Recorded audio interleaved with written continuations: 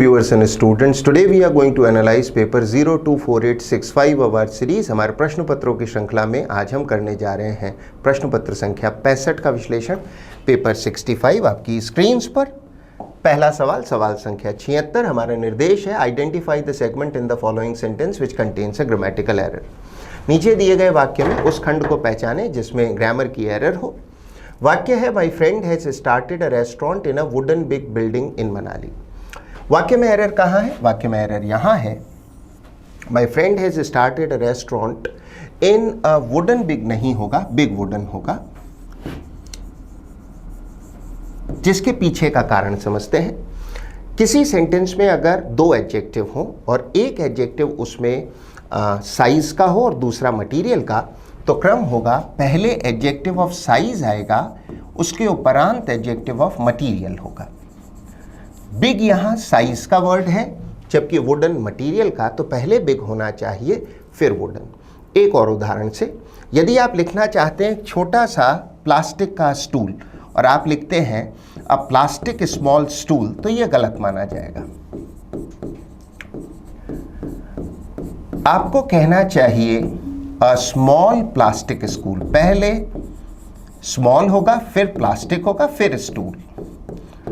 Small छोटा सा, small size का एडजेक्टिव है, जबकि प्लास्टिक उसके मटेरियल का। होना चाहिए अ स्मॉल प्लास्टिक स्टूल, एक छोटा सा प्लास्टिक का स्टूल। इसी रोशनी में फिर से सवाल को देखते हैं। बिग यहाँ साइज का एडजेक्टिव है, जबकि वुडन मटेरियल का। Big wooden building in Manali, हमारा करेक्शन होगा ऑप्शन सी में। यही हमारा आंसर है। आगे बढ़ते हुए अगला सवाल, सवाल संख्या 77। एक बार फिर से वही निर्देश है। नीचे दिए गए वाक्य में ग्रामेटिकल एरर का पता लगाना है।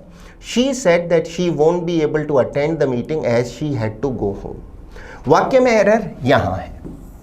विद्यार्थी ध्यान से देखें, शी सेड पास्ट टेंस है, हैड टू गो भी पास्ट टेंस की बात कर रहा है, इसलिए वोंट नहीं वुडंट होना चाहिए।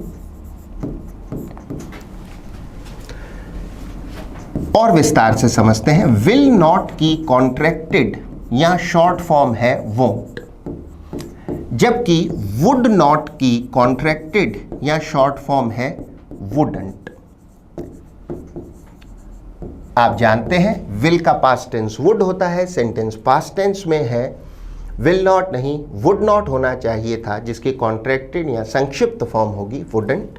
वोंट के स्थान पे वुडंट हमारा करेक्शन होगा। आंसर ऑप्शन बी की जद में होने के कारण बी हमारा आंसर है। अंतिम तौर पर वाक्य ऐसे पढ़ा जाएगा, she said that she wouldn't be able to attend the meeting as she had to go home. Answer option B है। आगे बढ़ते हुए अगला सवाल, सवाल संख्या 78 आपकी स्क्रीन्स पर।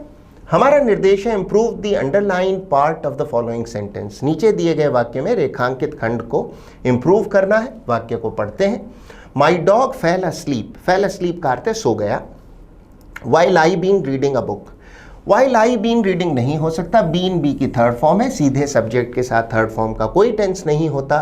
बात भूतकाल की है। While I was reading my book होना चाहिए था। While I was reading a book या my book, जैसी भी स्थिति हो।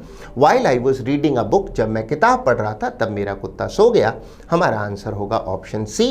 अन्य कोई ऑप्शन नहीं हो सकता। ऑप्शन ए कहता आई एम रीडिंग, प्रेजेंट की बात कर रहा है, और ऑप्शन डी कहता है वेन एवर, जब कभी भी आई हैज़ रीडिंग, ग्रामेटिकली पूरी तरह गलत है। हमारा आंसर ऑप्शन सी होगा, while I was reading a book. आगे बढ़ते हुए अगला सवाल, सवाल संख्या 79 आपकी स्क्रीन्स पर। अब हमारा निर्देश है select the most appropriate antonym of the given word. दिए गए शब्द का हमें विलोम शब्द या एंटोनिम बताना है। विद्यार्थी ध्यान दें, शब्द का उच्चारण है लैकेडेइजिकल। लैकेडेइजिकल का अर्थ है उत्साह या ऊर्जा से रहित। अगर कोई व्यक्ति लैकेडेइजिकल है या उसकी अप्रोच लैकेडेइजिकल है, तो उत्साह और ऊर्जा से रहित है। विलोम शब्द होगा इंथ्यूजिएस्टिक। हमारा आंसर होगा ऑप्शन ए। अन्य ऑप्शन अवश्य देखें। जॉक्यूलर का अर्थ है विनोद या हास परिहास से संबंधित। तो अगर आप कोई चीज़ जॉक्यूलर वे में कहते हैं तो मजाक या हास परिहास में कहते हैं। इनडिफरेंट का अर्थ है तटस्थ या फिर बेरुखा, अप्रभावी। अगर आप इनडिफरेंट हैं किसी चीज़ से तो पूरी तरह से तटस्थ हैं, उदासीन है, आपका उससे कोई लेना देना नहीं है। तटस्थ के लिए एक अच्छा सिनोनिम हो सकता है एपैथेटिक। अंतिम ऑप्शन लूक वार्म के दो अर्थ हैं, एक अर्थ है गुनगुना, ज्यादा गर्म ना हो तो लूक वार्म या गुनगुना, एक अन्य अर्थ में लूक वार्म का अर्थ तटस्थ या इंडिफरेंट भी होता है। हमारा आंसर यद्यपि ए ही रहेगा। आगे बढ़ते हुए अगला सवाल, सवाल संख्या 80, हमारा निर्देश है select the appropriate synonym for the given word. प्रश्न शब्द का सिनोनिम यानी पर्यायवाची बताना है। स्टोइकल उस व्यक्ति या उस व्यवहार को कहते हैं जिसमें आप कठिनाइयों से, मुश्किलों से, संकटों से बिल्कुल प्रभावित ना हो। संकटों में, कठिनाइयों में, चुनौतियों में भी एकदम आप शांत रहें, तो आप स्टोइकल हैं, आपका व्यवहार स्टोइकल है। हमें चाहिए इसका सिनोनिम, हमारा आंसर होगा अनफ्लैपेबल। शब्द अनफ्लैपेबल का अर्थ है परेशानियों, दुविधाओं, कठिनाइयों से अप्रभावित, उनसे ज़्यादा जिस पर आप पर असर ना हो, आप एकदम शांत रहें कठिनाइयों के बावजूद, तो आपका एटीट्यूड या आप अनफ्लैपेबल हैं। अन्य ऑप्शन अवश्य देखें। रफल्ड का अर्थ है, रफल्ड थर्ड फॉर्म है रफल की। रफल का अर्थ है अगर किसी के बाल हों तो बाल आदि बिगाड़ना, डिसऑर्गेनाइज करना, अथवा व्यक्ति स्वयं को या उसकी मानसिक स्थिति को अपसेट करना। तो हम किसी को कहते हैं you look ruffled, it means you look upset. तीसरा ऑप्शन पैनिकी, आप जानते हैं पैनिक भय को कहते हैं, तो पैनिकी है भय से ग्रस्त। इक्विवोकल बड़ा इंटरेस्टिंग शब्द है, इसका अर्थ है द्विअर्थी या अस्पष्ट अर्थ वाला। अगर आप कहते हैं कि हम आपकी पक्की सहायता करेंगे किंतु उससे पहले हमें एक बार विचार करना पड़ेगा, तो फिर पक्की सहायता के आश्वासन का क्या अर्थ लिया जाए? आपकी बात द्विअर्थी है, it is open to two interpretation, so it is confusing.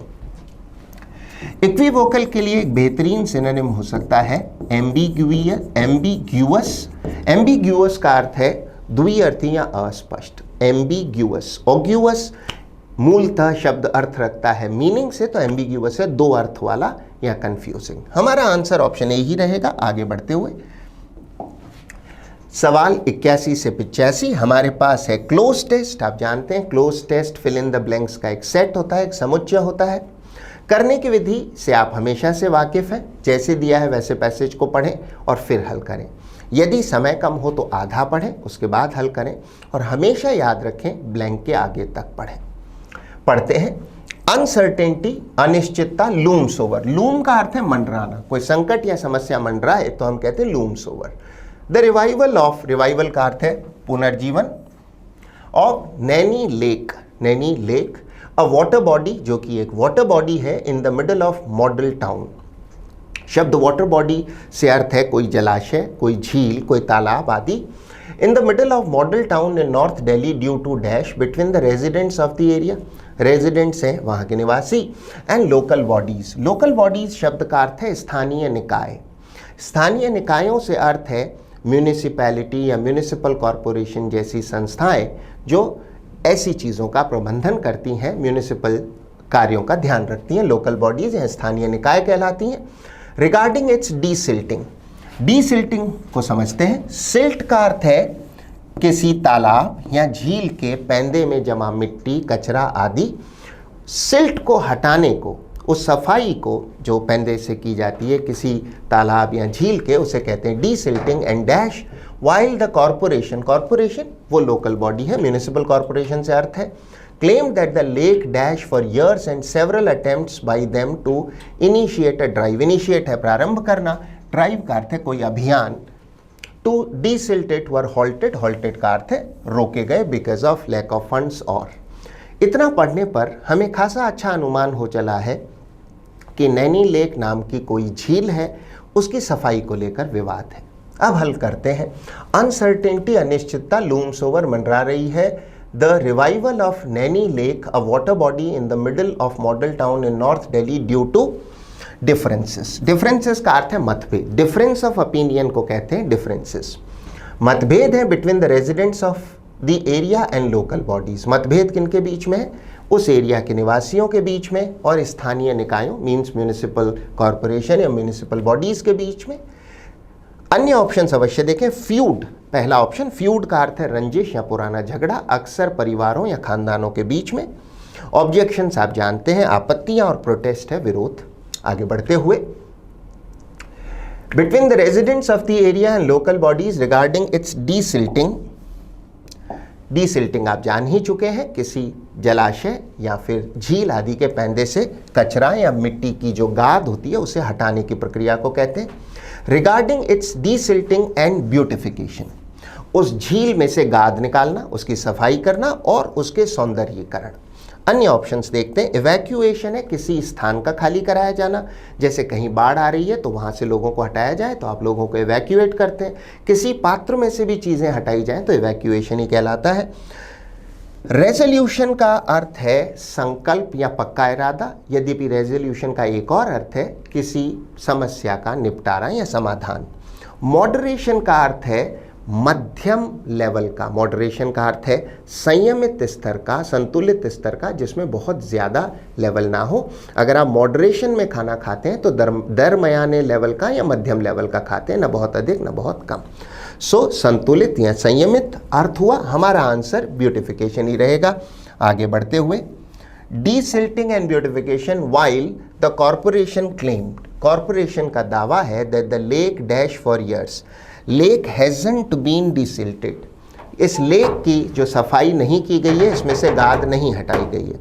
Hasn't been इसलिए क्योंकि हमें रचना पैसिव चाहिए, लेक की डिसिल्टिंग किसी और ने की है, बात प्रेजेंट परफेक्ट की है। हैज नॉट बीन डिसिल्टेड और hasn't been desilted for years and several attempts, attempts का अर्थ है कोशिशें, कई कोशिशें by them to initiate, initiate आप जान चुके हैं शुरू करना, ड्राइव का अर्थ है अभियान, कई प्रयास किए गए एक अभियान शुरू करने के टू डू डीसिल्टेड, डीसिल्ट का अर्थ है गाद हटाना, मिट्टी आदि निकालना ताकि झील की साफ सफाई हो सके।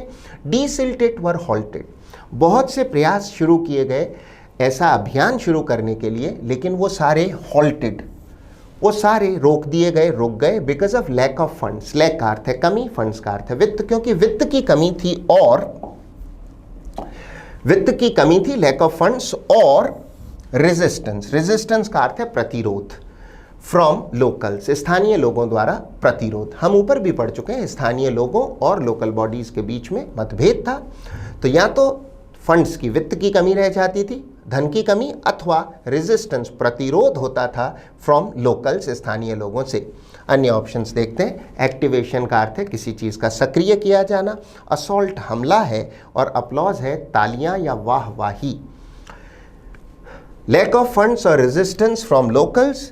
रेजिडेंट्स अलेज्ड, अलेज का अर्थ है आरोप लगाना, स्थानीय जो लोग हैं उनका क्या आरोप है दूसरी ओर, that it is a fresh water lake, स्थानीय लोगों का कहना है कि ये तो एक स्वच्छ पानी की झील है, गाद है ही नहीं इसमें।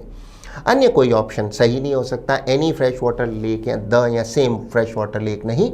And is free from silt, silt का अर्थ है आप पहले ही जान चुके हैं किसी जलाशय, तड़ाग, तालाब या झील के पैंदे में इकट्ठा जो मिट्टी कचरा होता है उसे सिल्ट या गाद कहते हैं हिंदी में।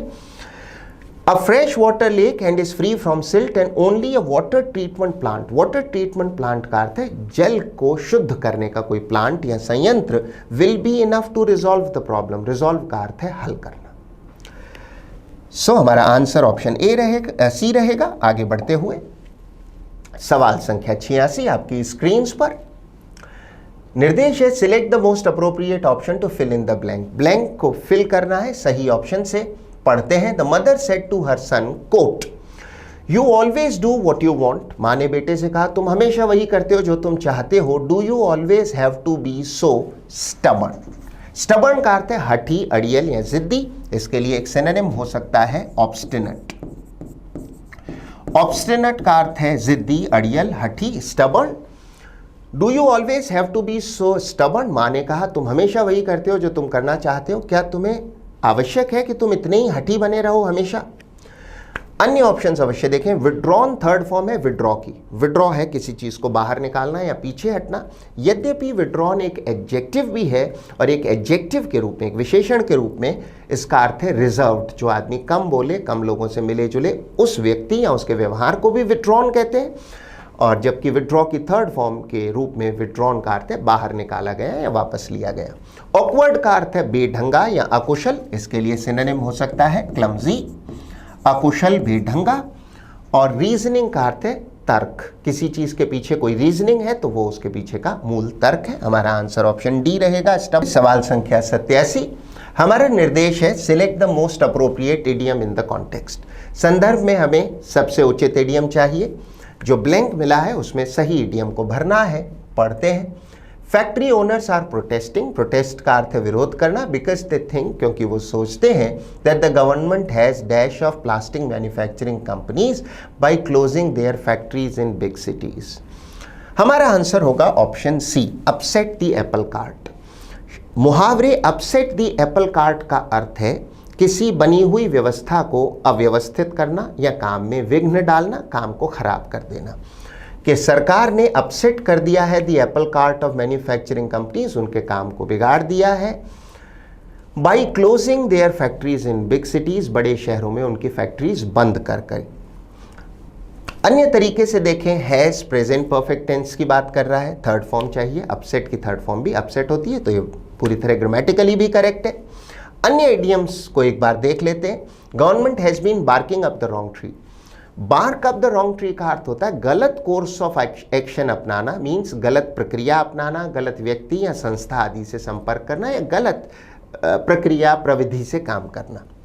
ये आंसर नहीं हो सकता। ऑप्शन बी आंसर नहीं है, पर मुहावरा बहुत इंटरेस्टिंग है, विद्यार्थी ध्यान दें।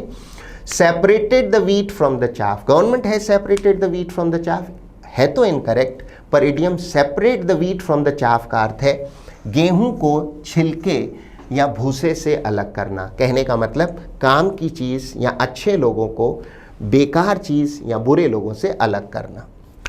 Made no bones, has made no bones grammatically ठीक दिख रहा है हैज़ के साथ थर्ड फॉर्म, पर है गलत। Make no bones about something का मतलब होता है किसी चीज़ के बारे में बिना हिचकिचाहट के कोई साफ साफ बात कर देना, साफ बता देना। If you make no bones about something, you say something without any hesitation whatsoever. हमारा आंसर यद्यपि ऑप्शन सी ही रहेगा। आगे बढ़ते हुए अगला सवाल, सवाल संख्या 88, रीअरेंजमेंट ऑफ सेंटेंसेस का प्रश्न है। आप जानते हैं करने की विधि, जैसे दिया है पहले पढ़ें, उसके बाद में सीक्वेंस जमाने की कोशिश करें। पढ़ते हैं। It requires continuous learning and sacrifices to raise well behaved and responsible children. Well behaved का अर्थ होता है तमीजदार, and responsible children. One should be willing, one का अर्थ है कोई भी व्यक्ति, आप मैं कोई भी, should be willing to invest a considerable amount of time, patience and energy. Considerable का अर्थ है अच्छा खासा, अमाउंट ऑफ टाइम, पेशेंस है धैर्य, एनर्जी है ऊर्जा। आप मैं कोई भी व्यक्ति हो, हमें तैयार रहना चाहिए, अच्छा खासा समय निवेश करना है और धैर्य और एनर्जी ऊर्जा निवेश करनी है। इंस्टिलिंग एंड इनकलकेटिंग, दो बेहतरीन शब्द, इंस्टिल और इनकलकेट आपस में पर्यायवाची हैं। इन दोनों का अर्थ है किसी के मस्तिष्क में बिठाना या कोई मूल्य किसी को धीरे धीरे सिखाना। आप किसी बच्चे को कोई मूल्य वैल्यूज़ सिखा रहे हैं, उसके दिमाग में बिठा रहे हैं, तो आप उसमें उसके दिमाग को इंस्टिल कर रहे हैं या वो वैल्यूज़ उसमें इनकलकेट कर रहे हैं। Inculcating good values in a child will go a long way. Will go a long way का अर्थ है बहुत ज़्यादा कारगर होना या फ़ायदेमंद होना, इन मेकिंग हिम और her a good person and a better citizen. और ये चीज़ बहुत कारगर सिद्ध होगी उस बच्चे या बच्ची को अच्छा इंसान और अच्छा नागरिक बनाने में। There is no doubt that parenting is among the most difficult and demanding tasks. Difficult कठिन है, डिमांडिंग का मतलब है वो काम आदि जिसमें आपकी बहुत ऊर्जा, समय आदि की मांग हो, आवश्यकता पड़े कि इसमें बहुत मुझे ऊर्जा लगानी पड़ेगी, बहुत समय देना पड़ेगा, मेहनत करनी पड़ेगी। टास्क्स का अर्थ है कार्य इन द वर्ल्ड। इतना पढ़ने पर हमें अच्छे से अनुमान हो गया है कि बच्चों के पालन पोषण और उनको अच्छी वैल्यू सिखाने के बारे में ये एक पैसेज है जिसके खंडों को अस्त व्यस्त क्रम में या रेंडमली लिख दिया गया है। हमें उन्हें अनस्क्रैम्बल करना है, रीअरेंज करना है लॉजिकली। यहाँ पर हमारे पास दो सबसे अच्छे सीक्वेंस हैं, 4-1 और 1-2। सबसे पहले 4 एक इंट्रोडक्टरी खंड है, 4 इसी से शुरुआत होती है। देर इज़ नो डाउट, इस बात में कोई शक नहीं है, that parenting is the most difficult and demanding task in the world. ये दुनिया की सबसे कठिन और डिमांडिंग टास्क है जिसमें आपकी समय, ऊर्जा, मेहनत बहुत लगती है। उसके उपरांत इट रिक्वायर्स, यहाँ इट प्रोनाउन है पेरेंटिंग का। पेरेंटिंग है एक पेरेंट के रूप में काम करना, बच्चे का पालन पोषण आदि करना। It requires continuous learning and sacrifices, और पेरेंटिंग के लिए आवश्यक है लगातार आप लर्निंग खुद भी सीखें, एंड सेक्रीफाइस का अर्थ है आपको त्याग करना पड़ेगा। उसके उपरांत B, to raise well behaved, अच्छे तमीज़दार and responsible children one should be willing to invest, व्यक्ति को निवेश करने के लिए तैयार रहना चाहिए। विलिंग का अर्थ है इच्छुक और तैयार। अ considerable amount of time, patience and energy, और अंत में सिर्फ सी, 3 ही हो सकता है option, instilling and inculcating good values, और अच्छे गुण, अच्छे विचार मस्तिष्क में बिठाने के लिए इन अ चाइल्ड, किसी बच्चे में अगर आप ऐसा करते हैं, will go a long way, इसका बड़ा फ़ायदा होगा, ये बड़ी कारगर सिद्ध होगी चीज़ इन मेकिंग हिम और her a good person and a better citizen. तीसरा जो खंड है ये कंक्लूजन है, ये बात को पूरा कर रहा है, संक्षेपण कर रहा है, ये अंत में ही आना चाहिए। अब आपको वो ऑप्शन ढूंढना चाहिए जो 4 से शुरू हो, उसके उपरांत 1, 2 और अंत में 3 हो। ऐसा सीक्वेंस सिर्फ ऑप्शन बी में है, यही हमारा आंसर होगा। आगे बढ़ते हुए सवाल संख्या 89 आपकी स्क्रीन पर। अब हमारा निर्देश है select the word which means the same as the group of words given below. One word substitution का प्रश्न है, नीचे जो वर्णन है उसके लिए वन वर्ड हमें चुनना है। कॉजिंग ग्रेट डैमेज और सफरिंग, जिसमें बहुत नुकसान हो या पीड़ा उठानी पड़े। हमारा एडजेक्टिव होगा कैटेस्ट्रोफिक, विनाशकारी। कैटेस्ट्रोफिक एडजेक्टिव है नाउन कैटेस्ट्रॉफी का, जिसका अर्थ है तबाही या विनाश। सो कॉजिंग ग्रेट डैमेज और सफरिंग इज समथिंग कैटेस्ट्रोफिक, विनाशकारी। अन्य ऑप्शंस अवश्य देखें हमेशा की तरह। कैटेटोनिक शब्द है कैटेटोनिया से बना हुआ, एक मानसिक रोग है कैटेटोनिया, जिसका एडजेक्टिव है कैटेटोनिक। कैटेटोनिया स्किज़ोफ्रेनिया है, एक तरह का एक मानसिक विकृति है जिसमें व्यक्ति चलना फिरना और व्यवहार ठीक से नहीं कर पाता, तो एक प्रकार का मानसिक रोग या मानसिक विकृति है कैटेटोनिया, तो उससे प्रभावित है तो कैटेटोनिक। स्पेस्मोडिक का अर्थ है अनियमित रूप से होने वाला या इरेग्युलर होने वाला। अगर कोई चीज़ इरेग्युलरली हो रही है, जैसे बरसात हुई फिर रुक गई, तो हम कहेंगे स्पोरेडिक रेनफॉल या स्पेस्मोडिक रेनफॉल। इसका एक पर्यायवाची भी है, स्पोरेडिक या इरेग्युलर। सो स्पोरेडिक या स्पेस्मोडिक अकरेंस कब होगी? जब कोई चीज़ हुई फिर रुक गई, तो अनियमित रूप से होने वाला या इरेग्युलर। अंतिम ऑप्शन, ऑप्शन सी, कैज़म का अर्थ है दरार या फिर गहरी खाई। दरार, दो लोगों के बीच में कैज़म आ गई है तो वो दरार है, अथवा गहरी खाई को भी कैज़म कहा जाता है। हमारा आंसर ऑप्शन डी ही रहेगा। आगे बढ़ते हुए सवाल संख्या 90 आपकी स्क्रीन पर। अब हमारा निर्देश है select the most appropriate option to change the narration of the given sentence. नीचे हमें एक इनडायरेक्ट नरेशन का एक वाक्य मिला है जिसका नरेशन बदलना है, हमें इसे डायरेक्ट में बदलना होगा। पढ़ते हैं जैसा दिया है। ही एडवाइज्ड मी, उसने मुझे सलाह दी, टू गो अब्रॉड, अब्रॉड का अर्थ है विदेश, फॉर हायर स्टडीज़, आगे की पढ़ाई के लिए, द फॉलोइंग ईयर। हमें इसे डायरेक्ट में बदलना होगा। आप नियमों को जानते हैं, चूंकि एडवाइस लिखा है इसका अर्थ है डायरेक्ट स्पीच की रिपोर्टिंग वर्ब पास्ट में रही होगी। द फॉलोइंग ईयर है तो डायरेक्ट स्पीच में नेक्स्ट ईयर रहा होगा। चूंकि एडवाइस है तो बात शुड की, सलाह की होगी।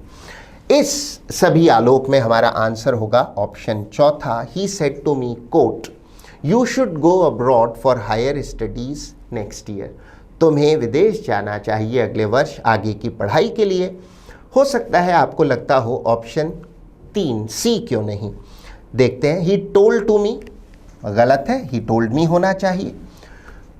Coat, you should go abroad for higher studies the following year, unquote. The following year नहीं, नेक्स्ट ईयर होना चाहिए। टोल्ड टू मी और भी बड़ी गलती है। हमारा आंसर ऑप्शन डी ही रहेगा। आगे बढ़ते हुए सवाल संख्या 91 आपकी स्क्रीन पर। अब निर्देश है select the most appropriate word for the given group of words. फिर से एक बार वन वर्ड सब्स्टिट्यूशन का प्रश्न है। The quality of being honest and having strong moral principles. जब आप ईमानदार हो और आपके नैतिक प्रिंसिपल्स यानी कि आपके नैतिक सिद्धांत बहुत मजबूत उच्च हो, उसे क्या कहेंगे? हमारा आंसर होगा इंटेग्रिटी। इंटेग्रिटी का अर्थ है चारित्रिक ईमानदारी। अगर आप हाई इंटेग्रिटी के इंसान हैं तो आपकी चारित्रिक ईमानदारी बहुत उच्च है। अन्य ऑप्शंस कभी भी इग्नोर ना करें, विद्यार्थी इन पर हमेशा ध्यान दें। इंटेलेक्ट का अर्थ है बुद्धि। बुद्धि जो सही और गलत की पहचान कराए उसे कहते हैं इंटेलेक्ट, समझदारी, बुद्धि, विवेक। ऑप्शन बी डिप्रेविटी एक अच्छा शब्द है, डिप्रेविटी एक नाउन है, डिप्रेविटी का अर्थ है मॉरल करप्शन, चारित्रिक दुष्टता, चारित्रिक दुष्टता या मॉरल करप्शन। और अंतिम ऑप्शन इनसेशिएबिलिटी, इनसेशिएबिलिटी का अर्थ है अतृप्यता या अतृप्तता। अगर आपकी लालच या भूख खत्म ही नहीं होती, तृप्त ही नहीं होती, तो वो भूख या लालच है इनसेशिएबल, और वह स्थिति, वो जो नाउन है वो है इनसेशिएबिलिटी, अतृप्तता या अतृप्यता। हमारा आंसर ऑप्शन सी ही रहेगा। आगे बढ़ते हुए सवाल संख्या 92 आपकी स्क्रीन पर निर्देश है select the most appropriate option to change the narration of the given sentence. हमें डायरेक्ट स्पीच का एक वाक्य मिला है जिसे हमें इनडायरेक्ट स्पीच में बदलना है। पढ़ते हैं the airport helper said quote should I fetch you a trolley unquote. Airport helper ने कहा, सबसे पहले रिपोर्टिंग वर्ब देखा करें, रिपोर्टिंग वर्ब पास्ट टेंस में है। Quote should I fetch you a trolley interrogative वाक्य है, रिपोर्टिंग वर्ब पास्ट टेंस में। फैच का अर्थ है किसी को कोई चीज ला कर देना या कोई चीज उपलब्ध करवाना। तो एयरपोर्ट हेल्पर ने कहा क्या मैं आपको एक ट्रॉली ला कर दूं, आपके लिए लाऊं कहीं से trolley. The airport helper asked मी, यहां पर चूंकि ऑब्जेक्ट नहीं है तो हम मान लेंगे मुझसे कहा या किसी अन्य व्यक्ति से कहा। आस्क्ड मी भी हो सकता है, आस्क्ड हिम भी हो सकता है। Asked me if he should fetch me a trolley. हमारा आंसर होना चाहिए ऑप्शन ए। अन्य ऑप्शंस देख लेते हैं। The airport helper said he would be fetching, नहीं। Option C the airport helper said he will go, नहीं।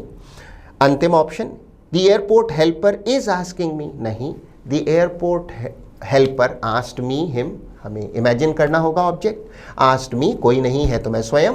आस्क्ड मी चूंकि शुड हेल्पिंग वर्ब है, हमें चाहिए इफ या whether. If he should fetch me a trolley, उसने मुझसे पूछा कि क्या वो मेरे लिए एक ट्रॉली ले आए। ऑप्शन ए सही है, अन्य कोई ऑप्शन सही होने के निकट नहीं पहुंचता। आगे बढ़ते हुए अगला सवाल, सवाल संख्या 93 आपकी स्क्रीन पर निर्देश है हमारे पास choose the most appropriate option to change the voice.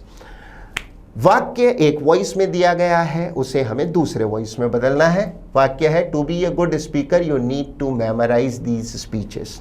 हमें एक्टिव वॉइस का एक वाक्य मिला है जिसे हमें पैसिव में बदलना है। विद्यार्थी जानते हैं टू के साथ वर्ब की फर्स्ट फॉर्म को हम फुल इन्फिनिटिव कहते हैं, पैसिव बनेगा टू बी के साथ थर्ड फॉर्म। समय बचाने के लिए विद्यार्थी उस ऑप्शन को ढूंढ सकते हैं जिसमें नीड टू बी मेमोराइज्ड हो। तो नीड टू बी मेमोराइज्ड कितने ऑप्शंस में है? हमारे पास सिर्फ एक ही ऑप्शन है जिसमें नीड टू बी मेमोराइज्ड है, और वो ऑप्शन है तीसरा ऑप्शन सी। पढ़ के देखते हैं। To be a good speaker, अच्छा वक्ता होने के लिए दीज स्पीचेस, ये जो भाषण है, ये जो स्पीचेस हैं, नीड टू बी मेमोराइज्ड, उन्हें मेमोराइज किया जाना आवश्यक है बाय यू। ऑप्शन सी हमारा आंसर होगा, अन्य कोई ऑप्शन सही नहीं हो सकता। ऑप्शन ए कहता है नीड टू मेमोराइज, गलत है। Will be memorise, option B भी बिल्कुल गलत है, और यही स्थिति ऑप्शन डी चौथे की है। हमारा आंसर होगा option C, to be a good speaker these speeches need to be memorised by you. आगे बढ़ते हुए सवाल संख्या 94 आपकी स्क्रीन पर अब फिर से रीअरेंजमेंट ऑफ सेंटेंसेस का एक प्रश्न है। हमारे पास 4 खंड हैं, इन्हें पढ़ें और इनको सही क्रम में रीअरेंज करें। तो पढ़ते हैं। According to hair loss experts, excess DHT drastically increases collagen production in hair follicle.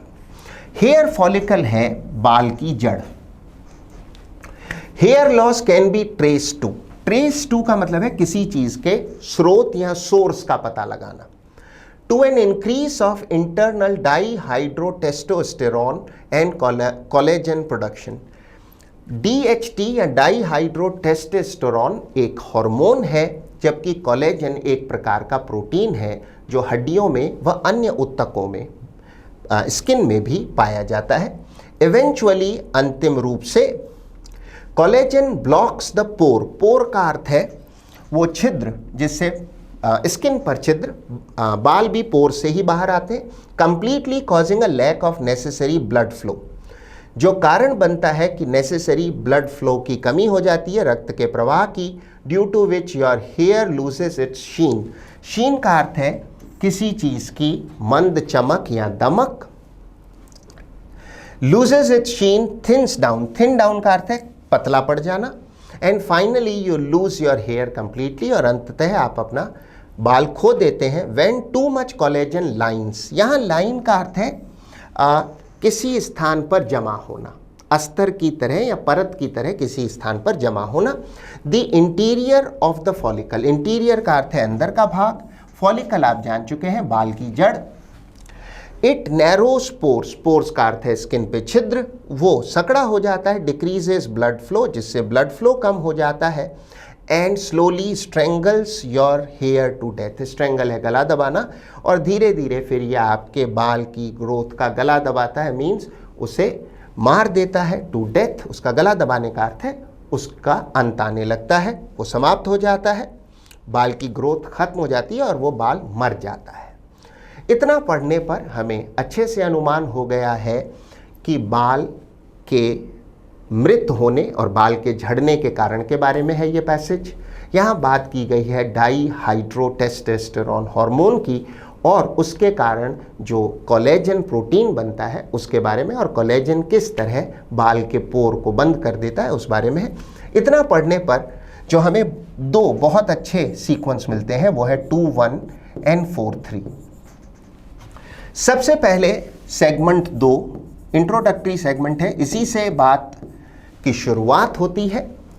Hair loss can be trace to an increase of internal dihydrotestosterone and collagen production. ये हुआ 2, उसके उपरांत A. According to hair loss experts, excess DHT, DHT है dihydrotestosterone, drastically है अप्रत्याशित रूप से या नाटकीय रूप से बहुत अधिक, ड्रेस्टिकली नाटकीय रूप से या बहुत अधिक इंक्रीजेस कोलेजन प्रोडक्शन, जिससे कोलेजन जो कि एक तरह का प्रोटीन है उसका प्रोडक्शन बहुत ज़्यादा बढ़ जाता है इन द हेयर फॉलिकल, बाल की जड़ में। उसके उपरांत 4,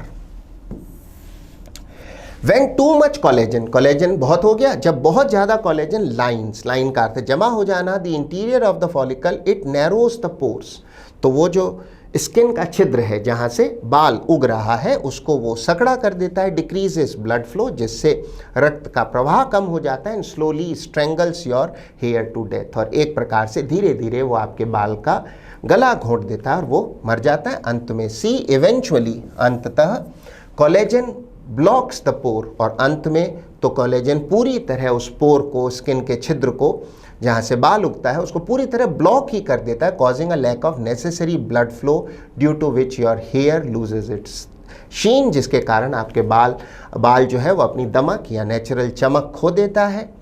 थिन्स डाउन, पतला हो जाता है। And finally you lose your hair, अंत में आप अपना बाल खो बैठते हैं कंप्लीटली। वो कौन सा ऑप्शन है जिसमें 2 के बाद 1 और फिर उसके उपरांत 4 और 3 हो, ये सीक्वेंस हमें मिलता है सिर्फ ऑप्शन सी में, अन्य किसी ऑप्शन में नहीं। यही हमारा आंसर होगा। आगे बढ़ते हुए सवाल संख्या 95 आपकी स्क्रीन पर हमारा निर्देश है, select the option that will improve the bracketed part of the sentence. वाक्य में कोष्ठक में या ब्रैकेट्स में कुछ दिया है, अगर वो सही है तो ठीक है, नहीं तो इसको इंप्रूव करना है नीचे दिए गए ऑप्शन से। वी वर डिलेड, हमें देरी हो गई, by intermittently rain showers which made the road slippery, slippery का अर्थ है फिसलने वाली। And difficult to navigate, navigate का अर्थ है किसी मार्ग से निकलना, होकर गुजरना। तो इंटरमिटेंट रेन शावर्स के कारण जो सड़क थी वो चिकनी हो गई, स्लिपरी हो गई और उस पर से गुजरना मुश्किल हो गया। हमारी एरर कहाँ है? एरर निसंदेह यहाँ है। रेन शावर्स नाउन है, प्लूरल नाउन। नाउन का मॉडिफिकेशन हो सकता है एडजेक्टिव द्वारा, ना कि एडवर्ब द्वारा। इंटरमिटेंट रेन शावर्स होना चाहिए था, इंटरमिटेंटली नहीं। इंटरमिटेंट शब्द आप जानते हैं, अर्थ होता है इर्रेगुलर, या कुछ समय पूर्व इसी पेपर में शब्द आया था स्पैस्मोडिक, हमने एक सिनोनिम भी लिखा था स्पोरेडिक। तो स्पोरेडिक, स्पैस्मोडिक या इर्रेगुलर तीनों सिनोनिम है इंटरमिटेंट के, अनियमित रूप से या रुक रुक कर होने वाली। तो जो रुक रुक कर होने वाली बौछारें हैं बरसात की, उसके कारण हमें देरी हो गई क्योंकि सड़क चिकनी हो गई और उस पर से गुजरना मुश्किल हो गया। कौन सा ऑप्शन है जो इस करेक्शन को दिखा रहा है? हमारा आंसर होगा इंटरमिटेंट रेन शावर्स, पहला ऑप्शन। कुछ लोगों को लगेगा चौथा भी तो वही ऑप्शन है, नहीं, ऑप्शन 4 में रेन शावर्स है, जो कि गलत है। रेन शावर का प्लूरल रेन शावर्स होगा, ना कि रेन्स शावर्स। हमारा आंसर ऑप्शन ए रहेगा। आगे बढ़ते हुए सवाल संख्या 96 आपकी स्क्रीन पर निर्देश है, select the most appropriate option to fill in the blank. Blank में भरना है सही ऑप्शन। पढ़ते हैं, the dash speech did not impress the audience, audience है श्रोतागण, as they could not really make out the focus of her discussion. Make out का अर्थ है समझ पाना। हमारा आंसर होगा ऑप्शन डी, कॉन्वल्यूटेड। शब्द कॉन्वल्यूटेड का अर्थ है जटिल या कॉम्प्लिकेटेड। उसकी जो जटिल स्पीच थी, घुमावों वाली उलझी हुई स्पीच थी, did not impress the audience, उससे श्रोतागण प्रभावित नहीं हुए क्योंकि वो नहीं समझ पाए the focus of our discussion. वो क्या बात कर रही थी, उसका केंद्र बिंदु क्या था, वो नहीं समझ पाए क्योंकि स्पीच कैसी थी, कॉन्वल्यूटेड थी, कॉम्प्लिकेटेड थी, उलझी हुई थी। अन्य ऑप्शन अवश्य देखें। कंटेजियस का अर्थ है संक्रामक। अगर कोई चीज़ छुआछूत से, संक्रमण से फैलती हो तो वो कंटेजियस है, एक से दूसरे में फैलने वाली। इन्फेक्शियस इसका सिनोनिम हो सकता है। कंटेमिनेटेड का अर्थ है दूषित या पल्यूटेड। कनकरेंट एक इंटरेस्टिंग शब्द है। कनकरेंट का अर्थ है समवर्ती, जैसे हमारे संविधान में होती है कनकरेंट लिस्ट, तो समवर्ती अथवा एक समय पर होने वाली। एक अन्य अर्थ है कनकरेंट का सहमति व्यक्त करता हुआ। तो अगर आप जो कहते हैं उसमें मेरा व्यू कनकरेंट है तो मैं सहमति दे रहा हूँ। कानून की नज़र से देखें, संविधान से देखें तो कनकरेंट समवर्ती है। कनकरेंट लिस्ट में वो मुद्दे हैं जिन पर स्टेट और सेंटर दोनों कानून बना सकते हैं। हमारा आंसर यद्यपि ऑप्शन डी रहे। सवाल संख्या 97 आपकी स्क्रीन पर अब निर्देश है, choose the most appropriate option to change the voice. हमें एक वॉइस में एक वाक्य मिला है, इसे दूसरे वॉइस में बदलना है। वाक्य I regret the way I treated you. Active voice का वाक्य है, पैसिव में बदलना है। I treated you simple past tense है, पैसिव रचना होगी वॉज अथवा वर में। Third form I regret the way you were treated by me. हमारा आंसर होगा option 2, I regret the way you के साथ में वॉज नहीं वर होगा और फिर थर्ड फॉर्म होगी ट्रीटेड बाई मी। अन्य कोई ऑप्शन सही नहीं है। ऑप्शन ए कुछ लोगों को आकर्षक लग सकता है, यू वर बीइंग ट्रीटेड, पर ये तो तब होता जब हमें एक्टिव में पास्ट कंटिन्यूअस मिला होता। सिंपल पास्ट टेंस का क्लॉज है, यू वर ट्रीटेड होगा। अन्य कोई ऑप्शन सही नहीं। Option B, I regret the way you were treated by me. आगे बढ़ते हुए सवाल संख्या 98 आपकी स्क्रीन पर अब हमसे पूछा गया है करेक्टली स्पेल्ड वर्ड बताएं, वो शब्द बताएं जिसकी स्पेलिंग सही है। हमारा आंसर है ऑप्शन सी, 3। इडियसिंक्रेसी का अर्थ है व्यवहार की विचित्रता। आपके व्यवहार की पिक्यूलियरिटी या विचित्रता को इडियसिंक्रेसी कहते हैं। Peculiarity of your behaviour, conduct etcetera. अन्य तीनों शब्द देखें तो उनकी स्पेलिंग गलत है। एपरेंट की स्पेलिंग APPARENT होनी चाहिए। एपरेंट का अर्थ है प्रत्यक्ष, या जो चीज़ दिख रही है वो एपरेंट है। रिकैल्सिट्रेंट में यहाँ C होना चाहिए। रिकैल्सिट्रेंट का अर्थ है अक्खड़, अड़ियल, जो आदमी अनकोऑपरेटिव हो, इनफ्लेक्सिबल हो, हठी हो, उसे कहते हैं रिकैल्सिट्रेंट। और एबरेंट की स्पेलिंग में ABERRANT स्पेलिंग होती है। एबरेंट का अर्थ है जो चीज़ गलती से है या फिर अनियमित रूप से हो रही है, जैसा नियम है उससे हटकर है, जो गलती को दर्शा रही है, एबरेशन को दर्शा रही है। एबरेंट की स्पेलिंग ABERRANT होनी चाहिए। सिर्फ इडियसिंक्रेसी की स्पेलिंग सही है। आगे बढ़ते हुए सवाल संख्या 99 आपकी स्क्रीन पर अब हमें कहा गया है find the incorrectly spelled word. अब की बार हमें वो शब्द पहचानना है जिसकी स्पेलिंग गलत है। आंसर होगा ऑप्शन डी, चार्जेबल। चार्जेबल की स्पेलिंग में CHARG के उपरांत और A से पूर्व E भी होना चाहिए। CHARGEABLE। अगर कोई सर्विस या काम चार्जेबल है तो उसके लिए आपको पैसे चुकाने होंगे। आंसर है ऑप्शन डी। अन्य ऑप्शन अवश्य देखें, बेहद अच्छे शब्द हैं। सूडोनिम, विद्यार्थी शब्द के उच्चारण पर ध्यान दें। सूडोनिम का अर्थ है, इसमें P नहीं बोला जाएगा। सूडोनिम का अर्थ है कवि का उपनाम या पेन नेम। पेन नेम या उपनाम, जिस नाम से कोई कवि या लेखक लिखता है वो उसका सूडोनिम है। उदाहरण के तौर पर हिंदी के कवि सूर्यकांत त्रिपाठी निराला जो सूडोनिम है उससे अपनी कविताएं लिखते थे। ऑप्शन बी, इटिमोलॉजी का अर्थ है शब्द उत्पत्ति विज्ञान, वह विज्ञान जो बताता है कोई शब्द कहाँ से आया, कहाँ से उत्पन्न हुआ, मूलतः किस भाषा से है, उस अध्ययन या उस विज्ञान, उस अध्ययन या विज्ञान को कहते हैं इटिमोलॉजी। और एक्सीडेंटली आप जानते हैं संयोग से या एक्सीडेंट से होने वाली कोई चीज़ एक्सीडेंटली उसकी एडवर्ब हुई। अगला सवाल, सवाल संख्या 100, अंतिम सवाल हमारा निर्देश है select the most appropriate synonym for the given word. दिए गए शब्द के लिए हमें अप्रोप्रिएट सिनोनिम बताना है। स्ट्रेंगल हम थोड़ी देर पहले भी देख चुके हैं, स्ट्रेंगल का अर्थ है गला दबाना। हमारा आंसर होगा थ्रॉटल, थ्रॉटल का अर्थ भी गला दबाने से है। अन्य ऑप्शन अवश्य देखें, एक सिनोनिम और नोट कर लें विद्यार्थी, स्ट्रेंगुलेट,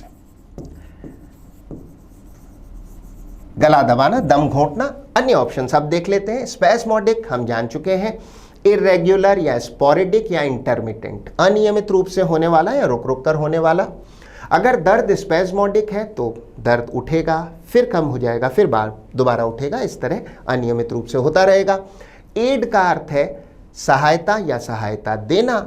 अबेट का अर्थ है बढ़ावा देना, अक्सर किसी बुरे काम को, जैसे अपराध को बढ़ावा दे रहे हैं तो आप उसे अबेट कर रहे हैं। हमारा आंसर यद्यपि ऑप्शन सी ही रहेगा।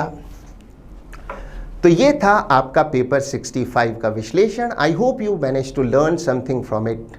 For better results watch the video again. अच्छे रिजल्ट्स के लिए वीडियो को फिर से देखें, वीडियो में सिखाए गए नियमों का अभ्यास करें और इसमें सिखाई गई वोकैबुलरी को नोट करें, याद करें और बहुत बेहतर होगा अपने खुद के एग्जाम्पल सेंटेंसेस में यूज़ करें। So keep working, keep learning, keep trying. All the best. Thank you and bye bye.